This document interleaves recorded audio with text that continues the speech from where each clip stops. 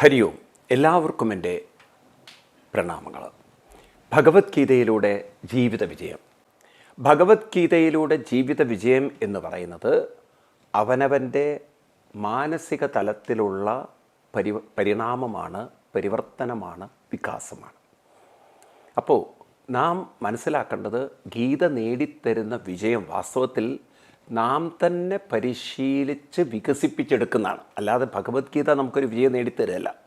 ഭഗവത്ഗീത ആ മനസ്സിനെ വികസിപ്പിക്കാനുള്ള മാർഗം കാണിച്ചു തരുന്നു. എന്താണ് നമുക്ക് മനസ്സിനെ ഉയർത്താൻ വേണ്ടുന്ന മാർഗം? അതാണ് ഗീതയുടെ മുഖ്യ സന്ദേശം, ഉള്ളടക്കം. അപ്പം അതുകൊണ്ടാണ് ഞാൻ കഴിഞ്ഞ ക്ലാസ്സിലൊക്കെ നിങ്ങളോട് പറയുന്നത് മനോവികാസ ശാസ്ത്രമാണ്, ദർശനമാണ് ഭഗവത്ഗീത എന്ന്. അപ്പം അതുകൊണ്ട് മനോവികാസം എന്നത് സത്യത്തിൽ ഇന്ന് മാനവരാശി അനുഭവിക്കുന്ന സകല പ്രശ്നങ്ങൾക്കും കാരണം ഈ മനോവികാസം സംഭവിക്കാതെ പോയതാണെന്ന് നാം അറിയുന്നില്ല. നമ്മുടെ ഭാരതീയ ദർശനങ്ങളെ ശരിക്കും ഒരു തലമുറ ഉൾക്കൊണ്ടിരുന്നുവെങ്കിൽ ഇന്ന് ഈ കാണുന്ന ദുരിതങ്ങൾക്കൊക്കെ മാറ്റം ഉണ്ടാവുമായിരുന്നു.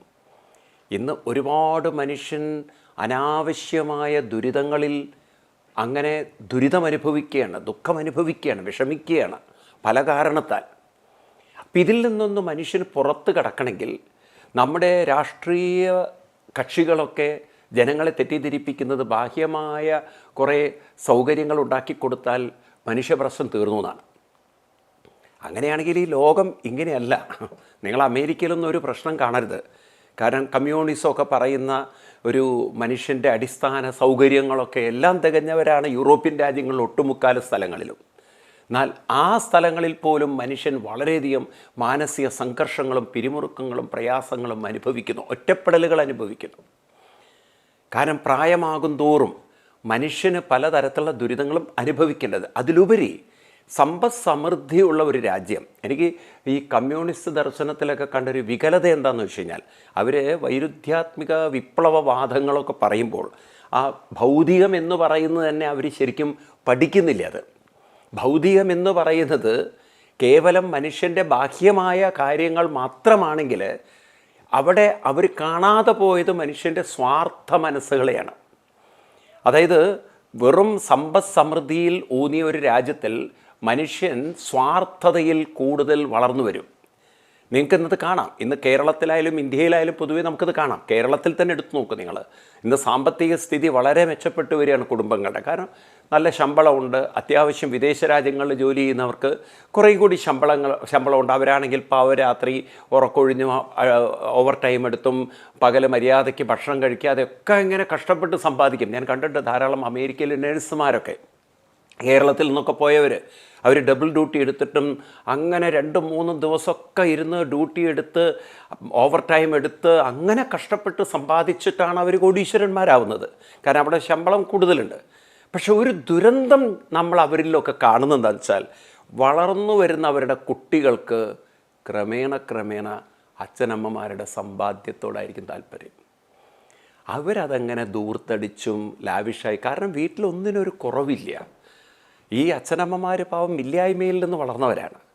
അവർ കഷ്ടപ്പാട് കണ്ടവരാണ്. ഇതല്ല ജനിക്കുന്നതേ ഐപാഡുകളിലും അതുപോലെ തന്നെ ഐഫോണുകളിലും അങ്ങനെയുള്ള സകല സൗകര്യങ്ങളും അച്ഛനും അമ്മയ്ക്കും ഒരു കുറച്ച് പൈസ വന്നാൽ നമുക്ക് കാറിൻ്റെയൊക്കെ സ്റ്റാൻഡേർഡ് മാറി, കാറൊക്കെ കുറച്ചുകൂടിയും ബെൻസ് കാറൊക്കെ ആക്കി മാറി. അപ്പം ഇതൊക്കെ സൗകര്യങ്ങളിൽ വളർന്നപ്പോൾ മക്കളുടെ ശ്രദ്ധ മുഴുവൻ പണത്തിലേക്കും മക്കളുടെ ശ്രദ്ധ മുഴുവൻ അവരുടെ സുഖ സൗകര്യങ്ങളിലേക്കായി. സ്വാർത്ഥത കയറി വന്നപ്പോഴോ അച്ഛനമ്മമാരെന്ന് പറയുന്നത് അവർക്ക് പണം കൊടുക്കാനുള്ള അവരുടെ കാര്യങ്ങൾ നോക്കാനുള്ള, അത് കഴിഞ്ഞാൽ ഒരു പ്രായമായാൽ പിന്നെ അവരുടെ ഇൻഡിപെൻഡൻറ്റ് ലോകത്തിലേക്കാണ്. ഈ അച്ഛനും അമ്മയ്ക്ക് ആരുമില്ല. മക്കളൊന്നും പിന്നെ അച്ഛനമ്മമാരുടെ കൂടെ ഇല്ല. കാരണം അവരവരുടെ സെൽഫിഷ്നെസ്സിലേക്ക് വളർന്നുപോയി.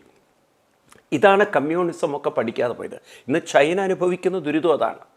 ചൈനയിൽ ഏറ്റവും കൂടുതൽ മനുഷ്യൻ അവൻ്റെ സ്വാർത്ഥ ലോകത്തിലേക്ക് തിരിഞ്ഞതിൻ്റെ ദുരന്തം അനുഭവിക്കുകയാണ് അവർ. അപ്പോൾ ഈ സ്വാർത്ഥനിഷ്ഠമായ മനസ്സുകൾ എവിടെയുണ്ടോ അവിടെ കലഹങ്ങളും അക്രമങ്ങളും കലാപങ്ങളും. ഇന്ത്യയുടെ ബോർഡറിൽ വന്നിട്ട് പാവം നിരപരാധികളായ ഇന്ത്യൻ പട്ടാളക്കാരെ ഇടിച്ച് ബഹളം വെക്കേണ്ടത് കാര്യമുണ്ടായിരുന്നില്ല. പക്ഷെ അവൻ്റെ സ്വാർത്ഥത അവനെ വെറുതെ ഇരിക്കാൻ സമ്മതിക്കില്ല. കാരണം അവനിൽ അങ്ങനൊരു മൂല്യവത്തായൊരു സംസ്കാരമില്ല. അപ്പം അതാണ് ഭാരതത്തിൻ്റെ സംസ്കാരം. കേവലം ഭൗതികം മാത്രമല്ല, എന്നാൽ ഭൗതികത്തെ നിഷേധിച്ചിട്ടുമില്ല. ഭൗതികത്തോടൊപ്പം തന്നെ ആത്മീയവും. ഇത് ലോകത്തിന് സംഭാവന ചെയ്തത്, കാഴ്ചവെച്ചത് ഭാരതം മാത്രമാണ്. മറ്റ് മതങ്ങളൊക്കെ മതമാണ്, വിശ്വാസമാണ്. ഇവിടെ ഭാരതം കാഴ്ചവെക്കുന്നത് അറിവാണ്, ജ്ഞാനമാണ്, നോളജാണ്. ഇപ്പം എന്ത് നോളജാണെന്ന് ചോദിച്ചു കഴിഞ്ഞാൽ മനുഷ്യൻ്റെ വ്യക്തിത്വത്തെക്കുറിച്ച്, മനസ്സിനെക്കുറിച്ച്, ബുദ്ധിയെക്കുറിച്ചൊക്കെ നിങ്ങൾക്ക് അറിയണം എന്നുണ്ടെങ്കിൽ ഭാരതത്തിൻ്റെ ഹൈന്ദവ ഗ്രന്ഥങ്ങൾ എടുത്തു പഠിക്കണം. അതായത് ഭഗവത്ഗീതയും ഉപനിഷത്തും എടുത്തു പഠിക്കണം. അപ്പം നിങ്ങൾക്ക് നിങ്ങളുടെ പേഴ്സണാലിറ്റിയും മനസ്സിലാവും, നിങ്ങളുടെ മനസ്സും ബുദ്ധിയും നിങ്ങൾക്ക് മനസ്സിലാവും. അപ്പം ഈ മനസ്സും ബുദ്ധിയും മനസ്സിലാവുക, അത് നമ്മൾ വിദ്യാഭ്യാസത്തിൽ പഠിക്കാത്തൊരു കാര്യമാണ്, നമ്മുടെ സിലബസിൽ പെടാത്തൊരു കാര്യമാണ്. What is your mind, what is your intellect എന്ന് ചോദിച്ചു കഴിഞ്ഞാൽ നിങ്ങൾ പറയും ഞാനൊരു സൈക്കോളജി സ്റ്റുഡൻ്റ് അല്ല. ഇത് സൈക്കോളജിയിലല്ല, ഇതൊരു സ്പിരിച്വൽ സബ്ജക്റ്റാണ്. അപ്പോൾ ഈ മനസ്സും ബുദ്ധിയും എന്നത് നമ്മൾ മനസ്സിലാക്കണം. ഇന്നൊക്കെ അങ്ങനെയുള്ള വാക്കുകളൊക്കെ കുട്ടികൾ പഠിക്കും. EQ emotional quotient, IQ intelligent quotient എന്നൊക്കെ പഠിക്കും. പക്ഷെ എന്താണ് IQ, എന്താ EQ എന്നൊക്കെ ഡീറ്റെയിൽ ആയിട്ട് ചോദിച്ചു കഴിഞ്ഞാൽ വട്ടപൂജ്യമാണ്. കാരണം ആരും നമുക്കൊന്നും പറഞ്ഞു തരുന്നില്ല. അപ്പം അവിടെയാണ് കൃഷ്ണൻ ഗീതയിലൂടെ ഇതെല്ലാം വിശദമാക്കി നമുക്ക് കാണിച്ചു തരുന്നത്. അപ്പം മനസ്സെന്ന് പറഞ്ഞാൽ എപ്പോഴും നിങ്ങൾ ഓർക്കണം, മനസ്സെന്ന് പറഞ്ഞാൽ വികാരാത്മകം, വികാരമാണ് മനസ്സ്. ചഞ്ചലാത്മകം, വികാരാത്മകം, ഇതൊക്കെയാണ് മനസ്സിൻ്റെ സ്വഭാവം. ചഞ്ചലം, ഗീതയിൽ വരുന്നുണ്ട്, ചഞ്ചലം ഹി മനഃകൃഷ്ണ, വികാരാത്മകമാണ്. അതാണ് കൃഷ്ണൻ നേരത്തെ പറഞ്ഞത് ക്ഷുദ്രം ഹൃദയ ദൗർബല്യം. അർജുനൻ്റെ വികാര വിക്ഷോഭമാണ് 1-ാം അധ്യായത്തിലൊക്കെ നമ്മൾ കാണുന്നത്. ഞാൻ എങ്ങനെയാണ് എൻ്റെ ബന്ധുമിത്രാദികളെ കൊല്ല കഥം ഭീഷ്മമഹം സാങ്കേ ദ്രോണം ചമതുസൂദന എന്നൊക്കെ അർജുനൻ പരിഭവം പറയുന്നത് 2-ാം അധ്യായത്തിൽ നിങ്ങൾക്ക് കാണാൻ പറ്റും. അപ്പം ഇതൊക്കെ വികാരങ്ങളാണ്. അപ്പം മനസ്സെന്ന് പറയുന്നത് വികാരവും, മനസ്സെന്ന് പറയുന്നത് ചഞ്ചലവുമാണ്. ബുദ്ധി എന്ന് പറയുന്നത് കൂടുതൽ കാര്യങ്ങളെ ഗ്രഹിക്കാനും കുറേയും കൂടി മനസ്സിനെ പോലും നിയന്ത്രിക്കാൻ കഴിവുള്ളതുമാണ് ബുദ്ധി. ബുദ്ധി ഏത് കാര്യത്തെയും ഗ്രഹിക്കാനും മനസ്സിലാക്കാനും ഓർമ്മിക്കാനും കഴിവ് കൊടുക്കാനും ഒക്കെ കഴിയുന്ന ബുദ്ധിയാണ്. ഈ മനസ്സും ബുദ്ധിയും ഇതാണ് മനുഷ്യൻ്റെ ഉള്ളിലുള്ളെങ്കിലും ഇന്ന് നമ്മുടെ മനസ്സെന്ന് പറയുന്നത് നാം ബുദ്ധിയിൽ നിന്ന് ഏറെ അകന്നാണ് നിൽക്കുന്നതെന്ന് അറിയാതെ ജീവിക്കുകയാണ്. അപ്പം നമ്മുടെ മനസ്സെന്ന് പറയുന്ന, ഒന്നുകൂടി ഞാൻ വ്യക്തമാക്കാം, അതിന് 2 തലങ്ങളുണ്ട്. അതിൻ്റെ 1-ാമത്തെ തലമാണ് നമ്മൾ പറയുന്ന ഈ പോസിറ്റീവ് മൈൻഡ് എന്ന് പറയുന്നത്. അതിൻ്റെ 2-ാമത്തെ തലമാണ് അതിൻ്റെ നെഗറ്റീവ് സൈഡ്, അതാണ് സബ് കോൺഷ്യസ് മൈൻഡ്. അതാണ് നമ്മുടെ ഉപബോധ മനസ്സ്. ആ ഉപബോധ മനസ്സിലാണ് നമ്മുടെ സ്വഭാവങ്ങൾ, ശീലങ്ങൾ, അഡിക്ഷൻസ് തുടങ്ങിയിട്ടുള്ള എല്ലാം ഇരിക്കുന്നത്. ഈ മനസ്സും ബുദ്ധിയും തമ്മിൽ അകന്ന് നിൽക്കുമ്പോൾ ഈ ഉപബോധ മനസ്സാണ് കൂടുതൽ വർക്ക് ചെയ്യുക. അതുകൊണ്ടാണ് നമ്മുടെ ശീലങ്ങളൊക്കെ നമ്മളെ വളരെ ഇൻഫ്ലുവൻസ് ചെയ്യുന്നത്. പല അഡിക്ഷനിൽ നിന്നും പലർക്കും പുറത്ത് കിടക്കാൻ പറ്റാത്തത് കാരണം ആ ഉപബോധ മനസ്സ് അവരെ യാന്ത്രികമായി, അവരെ അല്ലെങ്കിൽ ഒരു പാവയെപ്പോലെ അല്ലെങ്കിൽ ഒരു മൃഗത്തെപ്പോലെ അവരെ സ്വാധീനിച്ചുകൊണ്ടിരിക്കും. അവർ ഒരു യന്ത്രത്താൽ പ്രവർത്തിക്കുന്ന പാവ പോലെയാണ്. ആ പാവയ്ക്ക് അതിനെ സ്ക്രൂ ചെയ്ത് കഴിഞ്ഞാൽ അതിൻ്റെ ആട്ടവും ചാട്ടമൊക്കെ അതിൽ എങ്ങനെയാണോ ക്രമീകരിച്ചിരിക്കുന്നത് അതുപോലെ ചാടാനും അതിന് ഇളകാനും പറ്റുള്ളൂ. അതിനപ്പുറത്തേക്ക് ഇത് ചാടാൻ പറ്റില്ല. എന്നതുപോലെ ഈ വാസന എന്ന് പറയുന്നത് നമ്മളിലൊരു സ്ക്രൂ പോലെയാണ്. ആ സ്ക്രൂ നമ്മളിൽ അമർത്തി വെച്ചിട്ടുണ്ടെങ്കിൽ അതെങ്ങനെയാണോ നമ്മൾ ശീലങ്ങൾ ഉണ്ടാക്കി വെച്ചിരിക്കുന്ന, സ്വഭാവങ്ങൾ ഉണ്ടാക്കി വെച്ചിരിക്കുന്നത്, അതിനനുസരിച്ച് നമുക്ക് പ്രവർത്തിക്കാൻ പറ്റുള്ളൂ. അപ്പം അതിൻ്റെ പരിമിതികളിൽ നിന്ന് മനുഷ്യൻ ജീവിക്കുമ്പോൾ അവൻ സകല ദുരിതങ്ങളും ദുഃഖങ്ങളും പ്രയാസങ്ങളും വിഷമങ്ങളും വേദനകളും അനുഭവിക്കാൻ ബാധ്യസ്ഥമാണ്. ഇപ്പം നിങ്ങളുടെ സകല ദുഃഖങ്ങൾക്കും കാരണം നിങ്ങൾ പറയും സാമ്പത്തികമാണ്, ആരോഗ്യമാണ്, അല്ലെങ്കിൽ കുടുംബപരമാണ്, അല്ലെങ്കിൽ സമ്പത്തില്ലായ്മയാണ്, അതാണ് ഇതാണ്. നിങ്ങൾക്ക് 101 റീസൺ ഉണ്ടാവും. പക്ഷേ നിങ്ങളറിയുന്നില്ല നിങ്ങളുടെ യഥാർത്ഥ പ്രശ്നം നിങ്ങളെ ഉപബോധ മനസ്സിൽ, നിങ്ങളുടെ വാസനാ മനസ്സിൽ, വികാര വിക്ഷോഭങ്ങളിൽ കുരുങ്ങിക്കിടക്കുകയാണെന്ന്. നിങ്ങളുടെ വ്യക്തിത്വം വളരാൻ പറ്റാതെ സ്വാർത്ഥനിഷ്ഠമായ നിങ്ങളുടെ വാസനയിൽ അങ്ങനെ അമർന്നിരിക്കുന്നു. അപ്പം ആ വാസനയിൽ അമർന്നിരിക്കുന്നിടത്തോളം കാലം, അതായത് നിങ്ങളുടെ സ്വഭാവ ശീലങ്ങളിൽ അമർന്നിരിക്കുന്നിടത്തോളം കാലം നിങ്ങൾ വിചാരിച്ചൊക്കെ കിട്ടിയാൽ പോലും നിങ്ങൾക്ക് സുഖമുണ്ടാവില്ല. കാരണം നിങ്ങൾ പറയും എനിക്ക് സാമ്പത്തിക പ്രശ്നമാണ്. നിങ്ങൾക്ക് സമ്പത്ത് തന്നാൽ തന്നെ അത് വേണ്ട പോലെ വിനിയോഗം ചെയ്യാൻ നിങ്ങളുടെ മനസ്സ് നിങ്ങളെ അനുവദിക്കില്ല. അതെങ്ങനെയെങ്കിലും നിങ്ങളുടെ കയ്യിൽ നഷ്ടപ്പെടും. നഷ്ടപ്പെടുത്താൻ കാലം നിങ്ങളെ പ്രേരിപ്പിക്കും, അല്ലെങ്കിൽ ചുറ്റുപാട് നിങ്ങളെ പ്രേരിപ്പിക്കും. അതിന് വേണ്ട വിധത്തിൽ ഉപയോഗിക്കാനുള്ള ബുദ്ധി വർക്കിയില്ല.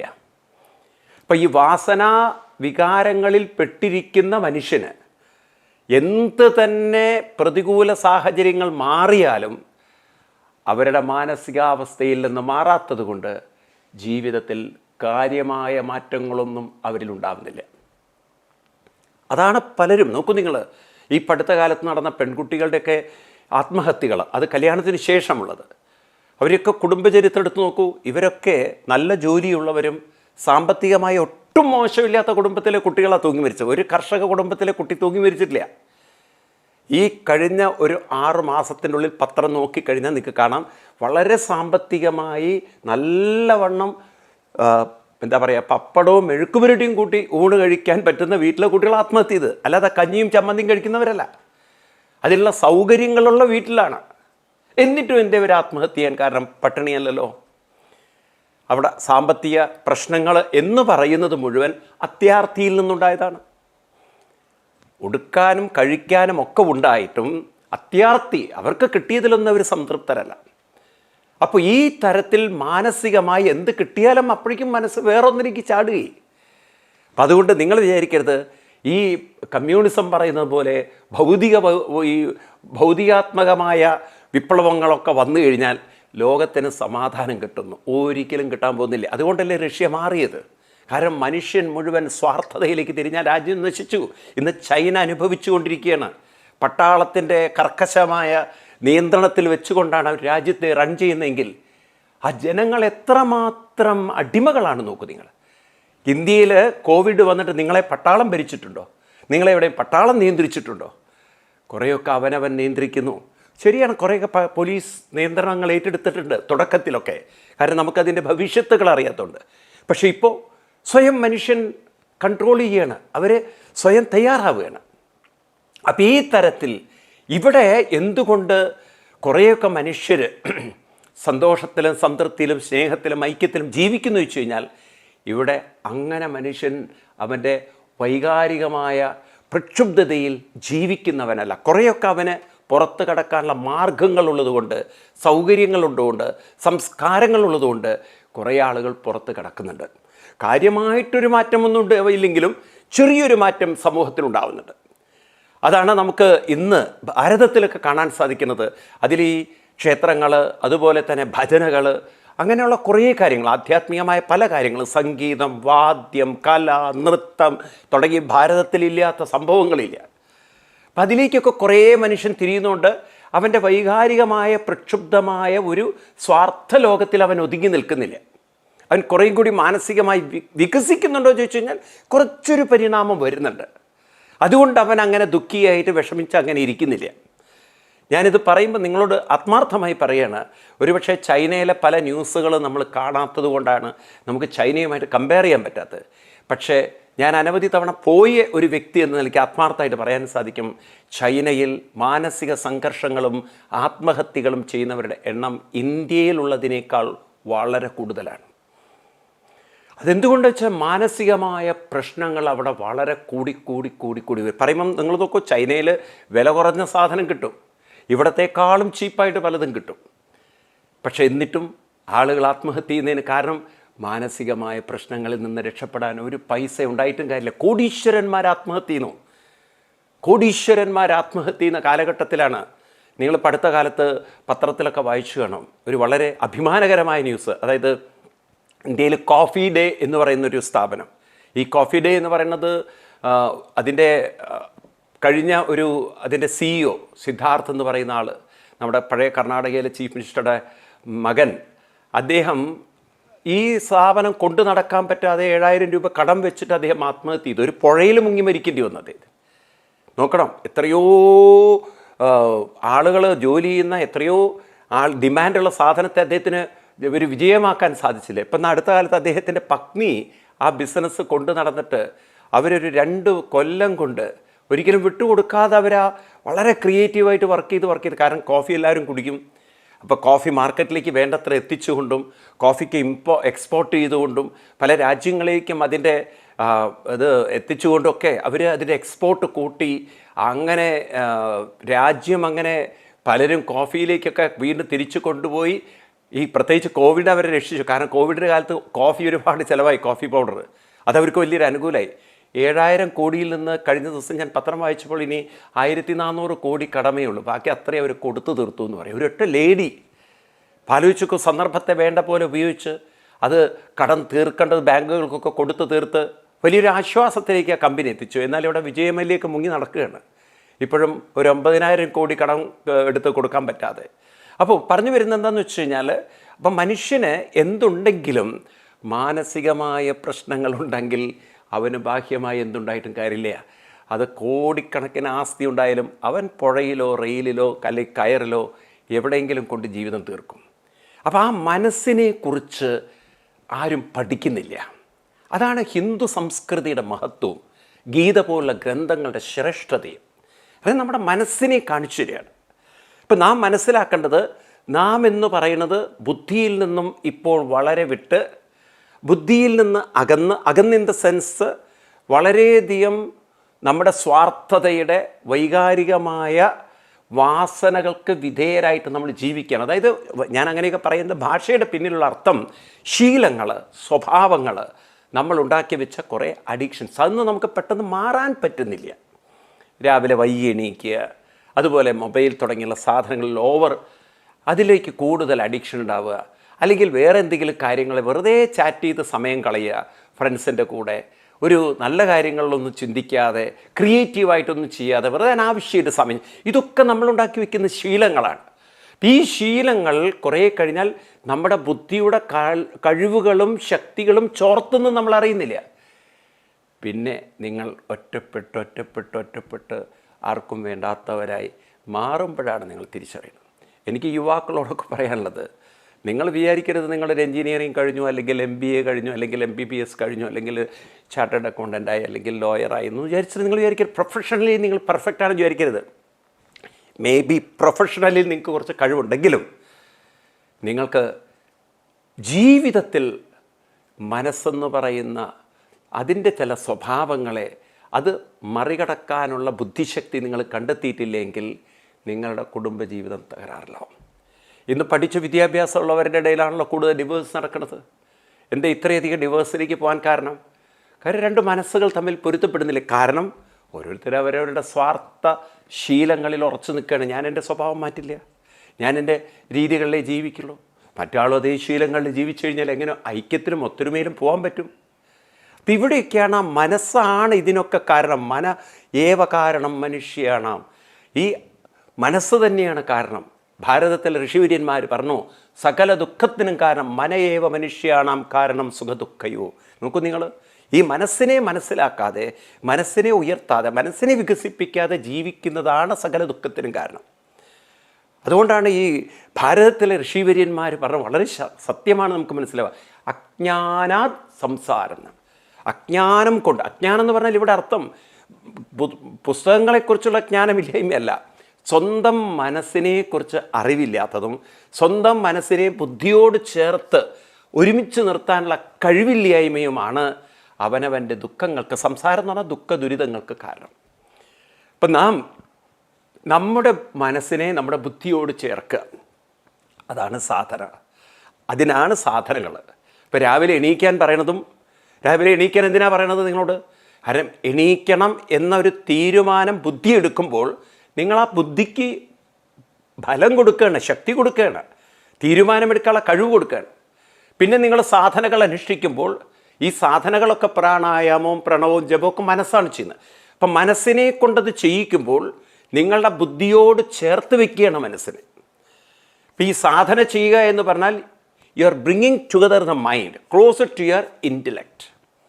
നിങ്ങളുടെ ബോധബുദ്ധിയോട് നിങ്ങൾ കൂടുതൽ മനസ്സിനെ ചേർത്ത് വയ്ക്കും.